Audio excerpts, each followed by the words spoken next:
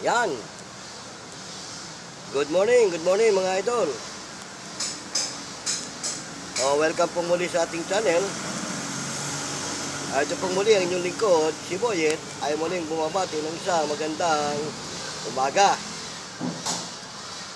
At syempre mga idol, sa mga kayong panig ng ating bansa naroon, ay binabati ko kayo ng isang magandang umaga at nawa ay nasa mabuti kayong kalagayan hanggang sa mga oras na ito. Yan mga idol, sana samahan nyo ako sa maikli sandali nitong ating programa na may kaugnayan pa rin sa napapanahong issue ang ating tatalakayin.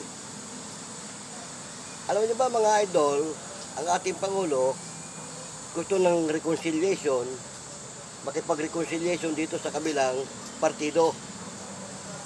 Kaya lang, ang hangad ng mga kabilang panig meron silang kondisyon sa ating Pangulo na ang kanilang kondisyon para sila makipag-reconciliation ay mapabalik dito sa ating bansa ang dating Pangulong Duterte. At ayon pa kay Bongo, may magagawa ang ating Pangulo dahil kung gaano kabilis niyang ipinadala ang ating dating Pangulong Duterte sa ICC, ganun din daw niya kabilis mapapabalik dito. Yon. Pero ang hindi nila alam, hindi ganun kadali ang pagpapabalik. Dahil, bakit? Una, may file na reklamo tungkol kay Duterte ang mga complainant na naperwisyo nung panahon ng kanyang panunungkulan. Diba tama? Ikalawa, walang karapatan ng ating Pangulong Bongbong Marcos na i-withdraw yung reklamo sa ICC. Bakit? Hindi naman siya nag-file ng reklamo. Tinupad lang niya at tinugon lang niya yung panawagan ng ICC tungkol sa reklamo dito sa dating Pangulong Duterte. Di ba tama? At ikatlo, dapat ang kakausapin nila para mapabalik ang dating Duterte dito sa ating bansa yung mga nag-file ng reklamo sa ICC. Unang-una na yung mga taong naperwisyo na nagsampa ng reklamo. Ikalawa, yung mga tumulong sa taong naperwisyo para ma-file ang reklamo sa ICC. Yun ang dapat, hindi ang ating Pangulong Bongbong Marcos. Dahil unang-una, wala siyang karapatan para i-withdraw ang reklamo sa ICC dahil hindi naman siya ang nag-file ng reklamo. Kaya hindi ganun kadali yung hinihingi nilang kondisyon na mapabalik ang dating Pangulong Duterte dito sa atin. Kaya ayaw pumayag ng ating Pangulong Bongbong Marcos doon sa kanilang kondisyon. Sana maunawaan ito ng iba natin mga kababayan dahil kasi nga kahit Pangulo ka ng isang bansa, hindi mo saklaw yung kanilang bansa para pangunahan mo sila sa gusto mong mangyari. Di ba? Tama? Pangulo ka dito, ay doon. Di ba? Ikalawa, kaya hindi siya po pwedeng makialam kasi nga hindi naman siya ang nag-file ng reklamo kaya wala siyang karapatan i-withdraw ito. Yun sana ang maunawaan ng ating mga kababayan na ipinupukol sa ating Pangulo yung mga problema. Isipin mo kung gaano raw kabilis na naipadala sa Netherlands ang dating Duterte na Pangulo natin, ganun din daw kabilis natin pwedeng ibalik. Hindi ganun kadali. Bakit? Hawak na nila Sana kung antimano pa lang, na alam na nilang may kaso si Duterte sa ICC, kinausap na nila yung mga biktima na nag-file ng reklamo at saka yung mga taong tumulong para maisampang reklamo sa ICC. Yun ang dapat nilang ginawa. Pero anong ginawa nila? Pinabayaan nila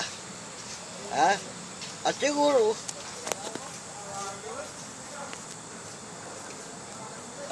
kaya nga hindi nila ginawang kausapin yung mga biktima at yung nag-file ng reklamo dahil alam nila hindi papayag sa gusto nilang mangyari na maibalik ang dating Pangulong Duterte dito. Yun siguro ang dahilan kung bakit pinabayaan nila at hindi nila kinausap yung mga dapat nilang kausapin. At ang dinidikdik nila ngayon itong ating Pangulo sa kasalukuyan. Yan ang hindi naunawaan ng iba nating mga kababayan na nakikisakay lang sa gustong mangyari nitong kabilang panig. Matigas ang paninindigan ng ating Pangulo na hindi siya papayag sa anumang kondisyones. Which is tama naman. Bilang Pangulo ka, hindi dapat ikaw ang bigyan ng kondisyon. Di ba? Kung may dapat magbigay ng kondisyon, ang ating Pangulo. O unang-una, nasa larangan ka ng serbisyo publiko, tapos na ang halalan, panahon na para magtrabaho. Dahil ibinoto kayo ng mga tao. At para wag masayang ang boto ng tao, trumabaho na kayo. Wag yung kung ano-ano ang dapat yung intindihin. Kasi, unang-una, nananahimik na si Duterte doon sa lugar ng ICC. Ba't kailangan nyo pang guluhin at kalkalin? Di ba, tama? Yun kasi kayo nagpapagulo sa sistema ng ating bansa. Huwag kayong magagalit at huwag kayong masasaktan, pero yan ang totoo. Kayo ang nagpapagulo. Sa totoo nga na, kung ano-ano mga pula at batikos ang ginagawa nyo sa ating Pangulo. Di ba? Tama. Pagkatapos, sila ang gumawa ng problema, ibubuntun ngayon nila dito sa isa. Kaya nga, nakakatawa lang isipin na kung alin pa yung walang kinalaman doon sa ginawang problema nung kanilang nais pabalikin dito, yun ngayon ang inuukil-kil nila.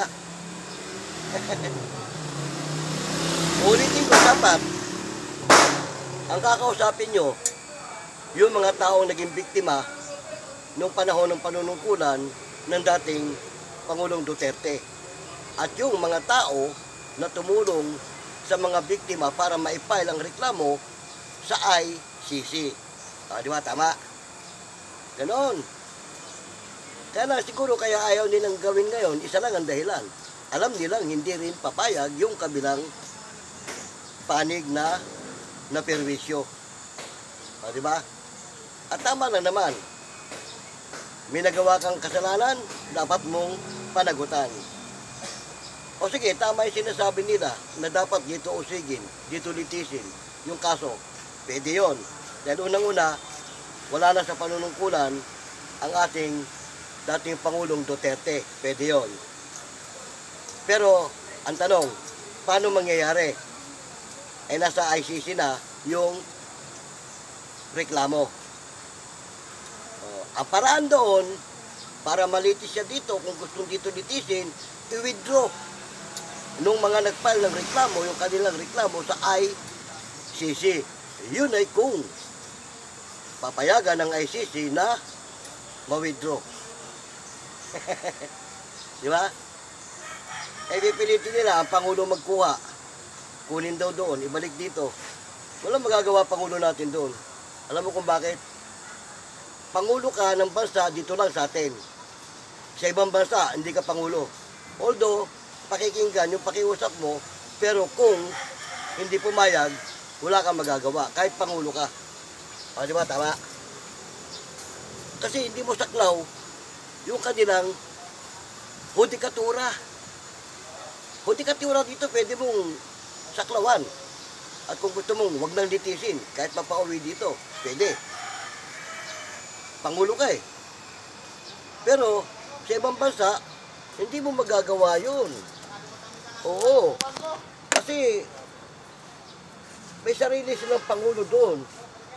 At may sarili silang batas na sinusunod doon.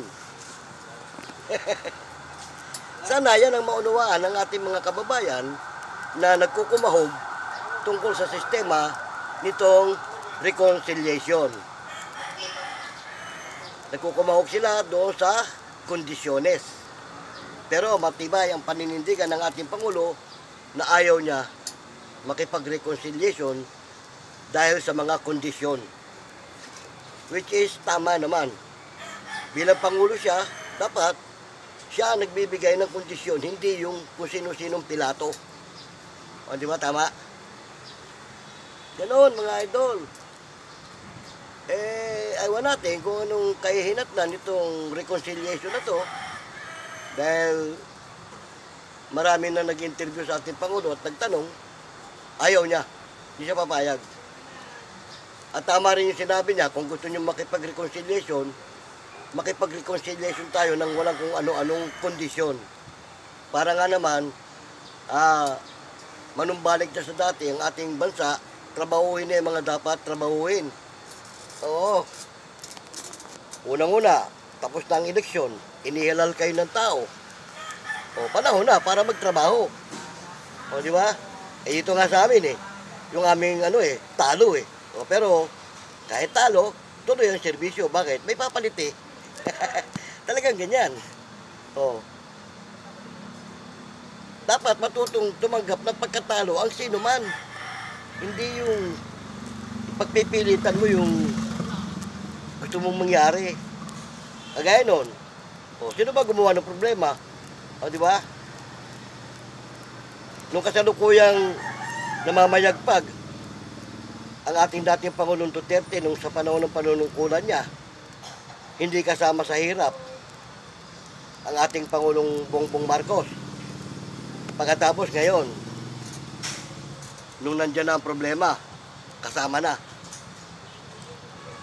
Kaya dito nga sa amin, sa barangay namin tama rin yung sinabi ng aming barangay captain Nung sasarap, kayo-kayo lang. Nung sa problema na, pati kami, sangkot na. Bakit? Nagpile ng reklamo Kasi nga naman, nung kasalukuyan na magkakasundo pa sila, magkakabarkada, ayos lang. Hindi kasangkot ang barangay. Pero nung nagkaroon ng problema, nagkagulo na sila, sangkot na ang barangay. Bakit? Nagpile ng reklamo Ganun din yan.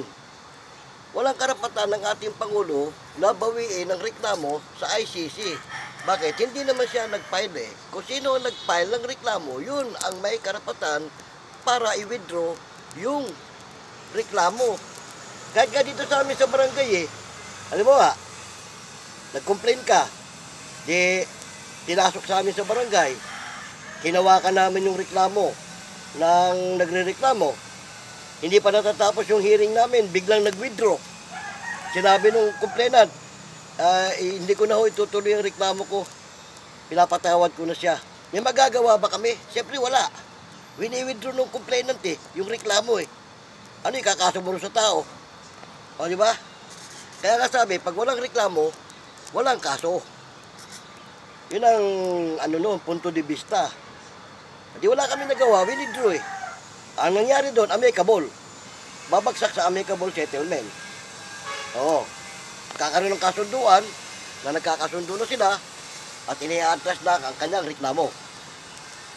Ganun din ang mangyayari doon kay Digong kapag i-withdraw ng mga nagfile ng reklamo sa ICC yung kanilang reklamo. Di ba? Tama?